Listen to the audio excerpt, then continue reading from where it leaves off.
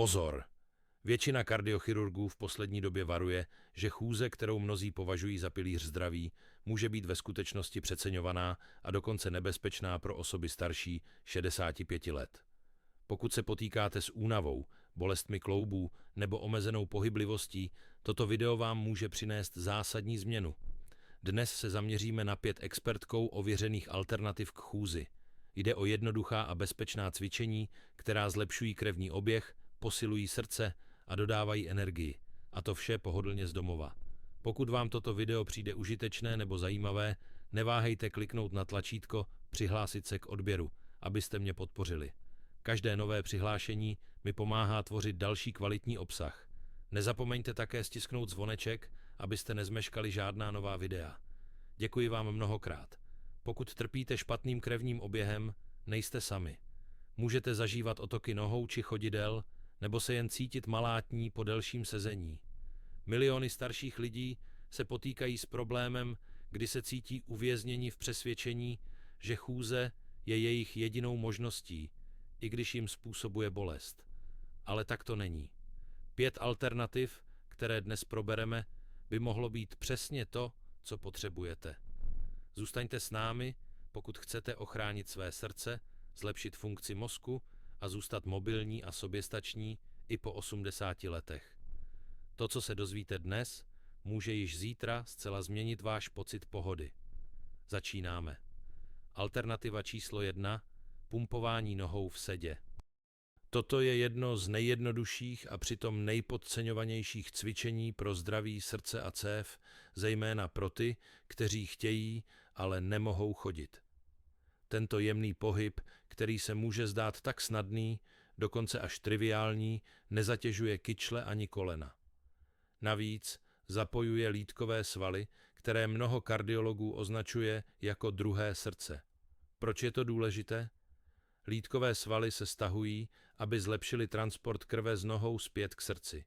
Tím se zlepšuje krevní oběh a předchází se stagnaci krve v dolních končetinách, což je hlavní příčinou otoků kotníků, studených nohou nebo dokonce nebezpečných krevních sraženin u starších lidí.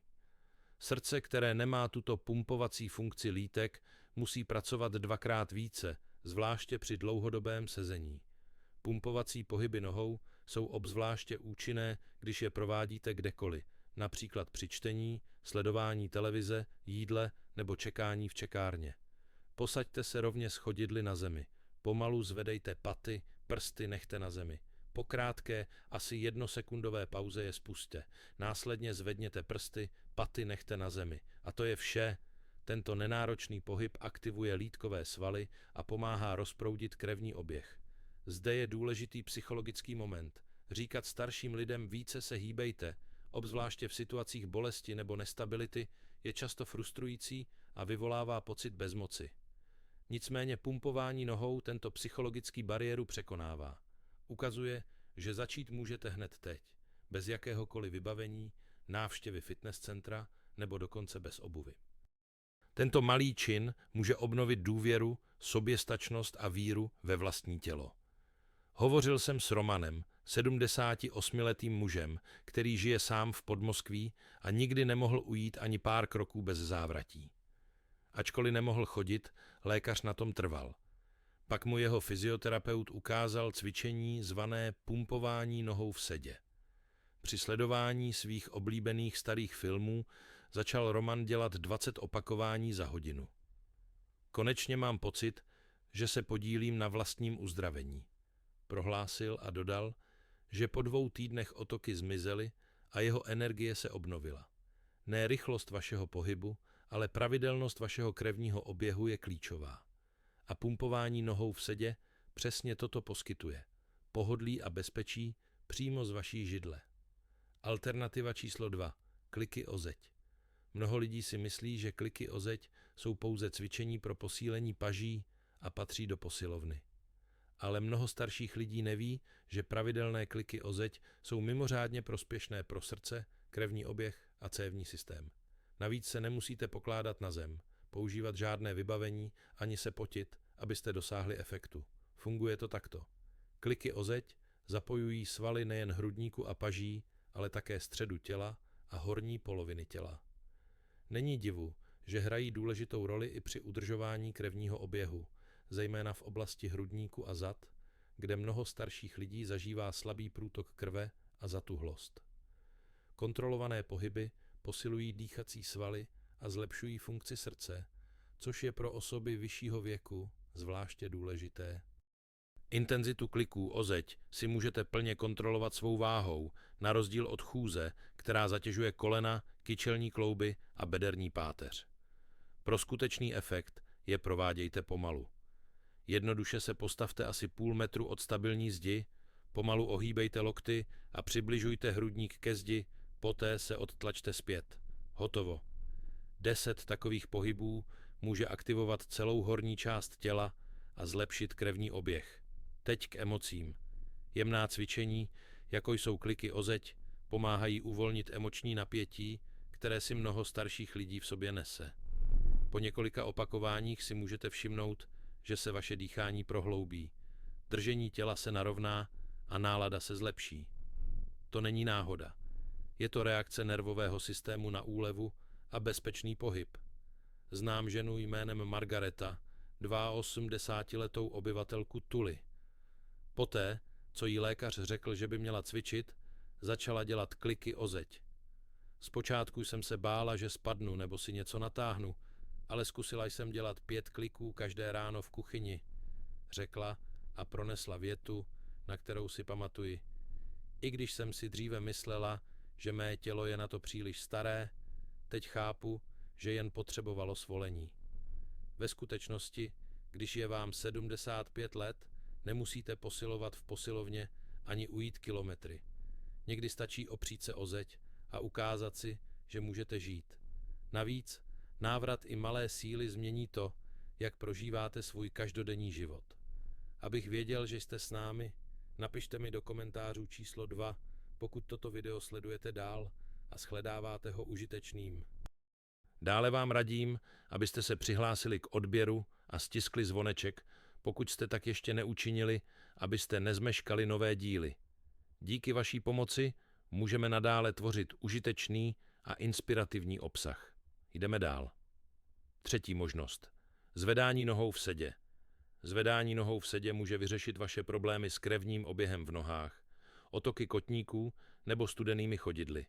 Není třeba vycházet z domu a nepotřebujete žádné speciální vybavení.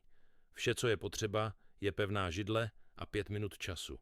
Navíc možná ani netušíte, jak obrovský je přínos. Zvedání nohou v sedě zapojuje největší svaly těla, jako jsou stehna, lítka a hýždě. Když se tato cvičení provádějí, děje se úžasná věc. Krev začne volně cirkulovat, zejména z dolní části těla směrem k srdci. To je životně důležité, protože mnoho starších lidí má problémy s průtokem krve, což vede k otokům, chladu a únavě v nohách po dlouhém sezení. Nicméně je to prostá pravda. Když sedíte na židli a zvednete nohu jen o několik centimetrů od podlahy, aktivujete kvadricepsy a otevíráte své cévy. Opakujte to několikrát.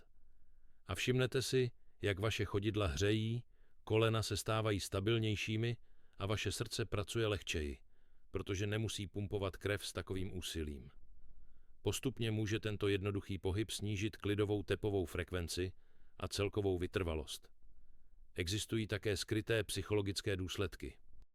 Zvedání nohou v sedě dává mozku zprávu: stále mám své tělo pod kontrolou. To je důležitá zpráva pro starší lidi, zejména pro ty, kteří mají omezenou pohyblivost nebo se zotavují z nemoci. Když se cítíme bezmocní, často cítíme úzkost, ale pravidelné a klidné opakování pohybů dává pocit kontroly, rytmu a cíle. Pocit sebedůvěry se vrací. Zvyšte svou úroveň. Povězme si o Jiřímu. Poté, co jeho žena před 5 lety odešla, žije sám v Rostově na Donu.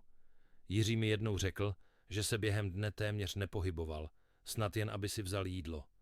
Ale jednou, když sledoval televizi, zvedal nohy pokaždé, když začala reklama. Zpočátku to dělal jen pro zpestření. Nicméně po několika týdnech prohlásil: přestal jsem se cítit uvězněný, už jsem neměl pocit, že jen čekám na konec dne, znovu jsem cítil, že žiju. V tom spočívá síla těchto pohybů. Jsou drobné, klidné a někdy nepostřehnutelné. Nicméně propojují svaly, cévy, srdce a dokonce i mysl uvnitř vašeho těla. Zůstáváte živí a silní. Možná nebudete chodit po domě a šplhat po schodech, ale staráte se o centrum své životní síly, které je motorem všech ostatních. Navíc, uznání, že úsilí není jediným prostředkem k dosažení úspěchu, mění samotný pojem pokroku. Namísto rychlých kroků a zvedání větších závaží, možná pokrok spočívá v klidném zvednutí nohy a udělání dalšího kroku ke zdraví a vitalitě. To už není jen fyzická aktivita, to je moudrost v pohybu. Alternativa číslo 4. Stlačování dlaní a pěstí. Většina lidí si myslí, že cvičení velkých svalů a dlouhé procházky jsou prospěšné pro zdraví srdce. Ale co kdybych vám řekl, že jeden z nejúčinnějších způsobů, jak ochránit své srdce, se nachází ve vaší dlani? Ano, slyšeli jste správně. Aniž byste vstávali z křesla, jednoduché stisknutí ruky může klidně posílit srdce, snížit tlak a zpevnit cévy. Když cvičíte sílu stisku, nebudete se potit ani cítit, že děláte něco vážného. Přesto je to pro vědu nesmírně důležité. Když úmyslně stisknete a uvolníte ruku, nenamáháte jen prsty, ale také malé tepny v předloktích a dlaních. Systolický tlak, kterým srdce pumpuje krev cévami, se v důsledku tohoto procesu, známého jako vaskulární reakce, snižuje. Ve skutečnosti jsou cvičení stisku nyní součástí léčby vysokého tlaku mnoha kardiologů, zejména pro starší lidi, kteří se nemohou věnovat intenzivní fyzické aktivitě. Co to dělá tak důležitým? Protože vysoký tlak je jedním z nejskrytějších a nejpodvodnějších nepřátel po 70 letech. Zvenku se můžete cítit dobře, ale vaše srdce trpí. Navíc to může způsobit únavu, závratě, dušnost a nakonec i skutečné poškození. Nicméně každodenní cvičení stlačování rukou může dát vašemu srdci čas na odpočinek a regeneraci. Kromě toho bylo zjištěno, že existuje přímá korelace mezi silou stisku a délkou života. Silný stisk prodlužuje život a udržuje nezávislost, podle výzkumů. Proč? Síla stisku neodráží jen stav dlaně, ale celkový stav svalů a nervů. Rovnováha, koordinace a sebedůvěra jsou narušeny při ztrátě síly stisku. I když ji trénujete pomocí tenisového míčku nebo měkkého expandéru, posíláte signál celým nervovým systémem. Zůstávám silný a mám se pod kontrolou. V klubu pro seniory jsem se jednou seznámil s Helenou, 83letou ženou ze Petrohradu. Vždy u sebe nosila malý žlutý míček, který nazývala antistresovým, ale nepoužívala ho k uvolnění stresu, nýbrž k posílení srdce. 3krát stlačím pokaždé, když si sednu, řekla mi Helena, a po probuzení ještě 3krát. Stalo se jí rituálem provádět tuto malou rutinu. Co jí nejvíce překvapilo bylo, o kolik více energie začala cítit během dne, nejen v rukou, ale v celém těle. Dříve jsem měla pocit, že se mi srdce šíleně tluče, i když nic nedělám, a teď jakoby pracovalo se mnou, a ne proti mně, prohlásila žena. Trénink stisku se liší tím, že nevyžaduje použití nohou, zad ani rovnováhy. Toto cvičení se k vám hodí. Můžete ho dělat sedě u okna, mluvit po telefonu nebo sledovat svůj oblíbený pořad, zatímco klidně posilujete své srdce a zlepšujete krevní oběh. To dává pocit kontroly, nevyžaduje složité vybavení a trénink, protože stárnutí se často projevuje jako ztráta rychlosti, obvyklých činností, sebedůvěry a jistoty. Zde je malý krok, který se snadno provádí a vnitřní stav se mění. Navíc to může mít významný dopad. Abych věděl, že jste s námi, napište do komentářů číslo 4, pokud toto video sledujete dál a shledáváte informace užitečnými. Dále, pokud jste se ještě nepřihlásili, zapněte zvoneček a přihlaste se k odběru, abyste nezmeškali další video. Díky vaší pomoci můžeme nadále tvořit užitečný a inspirativní obsah. 5. alternativa – zvedání nohou v sedě. Vůbec nemusíte běhat maratony, abyste udrželi zdravé srdce a cévy. Někdy stačí pohyby nohou v sedě. Ano, přesně tak. Ačkoliv zvedání nohou v sedě je jednoduché cvičení, je jedním z nejpodceňovanějších cvičení pro lidi starší 70 let, kteří chtějí zlepšit krevní oběh, posílit dolní polovinu těla a chránit srdce před následky sedavého způsobu života. Po dlouhém sezení, zvláště u starších osob, krev stagnuje v nohách. Aby se krev vrátila do těla, srdce pracuje intenzivněji. Časem tato zátěž zvyšuje riziko otoků, vysokého tlaku a krevních sraženin. Nicméně zvedání nohou v sedě posilují dolní polovinu těla. Zlepšují krevní oběh, snižují žilní tlak a zlepšují dodávku kyslíku do svalů a tkání, které kyslík obzvláště potřebují. Univerzálnost tohoto cvičení je jeho hlavní výhodou. Můžete ho dělat při čtení novin, vaření čaje nebo při rozhovoru s přítelem. Vše, co je potřeba, je pohodlně se posadit, narovnat záda a střídavě zvedat nohy, každou na několik vteřin podržet a poté ji spustit zpět.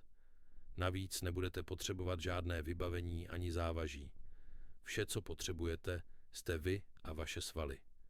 Navíc je úžasné, co se děje pod povrchem. Když začnou pracovat vaše kvadricepsy, velké stehenní svaly jsou zodpovědné za návrat krve k srdci. Jejich pravidelnou aktivací nejenže udržujete sílu svých nohou, ale také ulehčujete práci srdce. Tento jednoduchý čin vede k významným výsledkům. Na emoční efekt se také často zapomíná. Cítíte se sebejistě a schopně, když se dokážete sami postavit na nohy. Je pro vás snazší vstát z křesla bez pomoci, chodit s větší jistotou a důvěřovat svému tělu. A znovu, tato důvěra prostupuje vším ostatním, dokonce i tím, jak se držíte, komunikujete a spíte. Fyzická síla totiž často pomáhá zvládat neviditelnou úzkost, která přichází s věkem. Jednou jsem hovořil s Gennadiem, 78letým mužem. Začal dělat zvedání nohou v sedě po lehké mrtvici. Zpočátku to vypadalo hloupě. Myslel jsem si, že to má smysl. Ale po několika týdnech si všiml, že chůze k poštovní schránce je snazší a že se mu lépe šplhá po schodech. Ale hlavní, řekl, bylo to, že jsem se přestal cítit nepotřebný. Znovu jsem začal jednat. A v tom spočívá skutečná hodnota těchto pohybů. Nejde o mládí, vzhled nebo snahu o něco. Jde o sebeúctu, o navrácení si schopnosti žít ve vlastním tempu. To je to, co si zasloužíte, když rostete, ne někdo jiný. Takže si prostě vzpomeňte, že vaše nohy vás nežádají, abyste běželi, pokud se cítíte unavení nebo nejistí. Žádají vás, abyste je jemně zvedli. Každý takový krok posiluje vaše tělo, zlepšuje krevní oběh a podporuje vaše srdce. A věřte mi, ono vám za to poděkuje. Na závěr několik poznámek. Za 85 let jsem pochopil, že skutečné změny nevyžadují ideální zdraví, drahé vybavení nebo spoustu času. Vyžadují jen trochu zvědavosti, touhy a víry v to, že na vašem těle záleží, protože na něm záleží. Navíc bych řekl, že je to nyní důležitější než kdy jindy. Víte, mnoha starším lidem se dnes dává najevo, že už nejsou potřeba. Jak svět spěchá kolem nich, sami se začínáme zmenšovat nebo mizet. Ve skutečnosti však v každém starším člověku, i u těch, které bolí kolena nebo mají zpomalený krok, stále existuje jiskra životní síly, odolnosti a moudrosti. Tato jiskra nezmizí. Jen čeká, až jí znovu věnujete pozornost. To je to, co těchto 5 jednoduchých metod ve skutečnosti znamená. Nejde jen o cvičení, je to zpráva.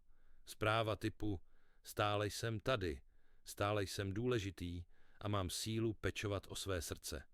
Sedít se před televizí, stlačováním prstů na nohou, spojováním dlaní nebo jen zvedáním nohou, připomínáte duši i tělu, nevzdávám se, neskonal jsem, volím být se sebou, i když jen v malém. A jak víte, tyto drobné předměty přispívají k uvolnění a pohybu. Než skončíme, rád bych se zeptal, odkud jste se dnes ke mně připojili. Zanechte prosím komentář níže a neváhejte se zeptat na cokoliv. A nezapomeňte stisknout tlačítko, přihlásit se k odběru a zapnout oznámení, abyste nezmeškali ty nejlepší zdravotní tipy. A pokud se na to díváte právě teď, dejte mi vědět, že jste se mnou. Napište 1 do komentářů, pokud s vámi toto video rezonuje. Napište 0, pokud ne. Chápu, že život v tomto věku není vždy jednoduchý.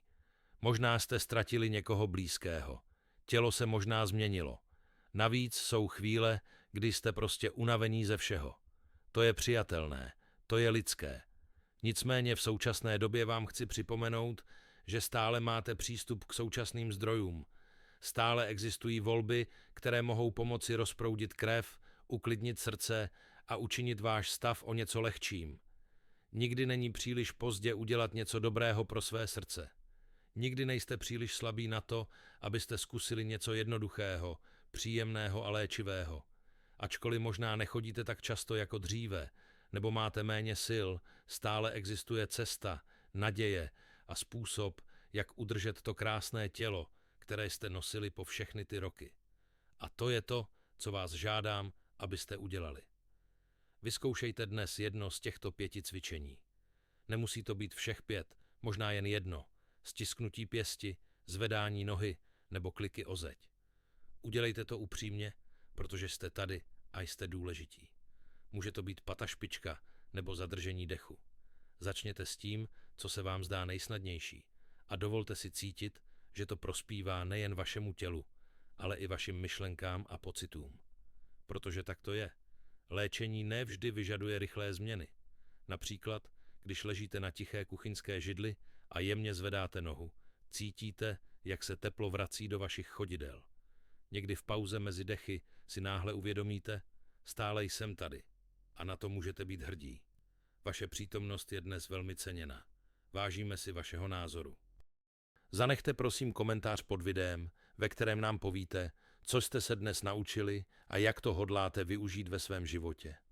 Neváhejte nám sdělit své myšlenky. Čtením každého komentáře získáváme velkou motivaci a podporu.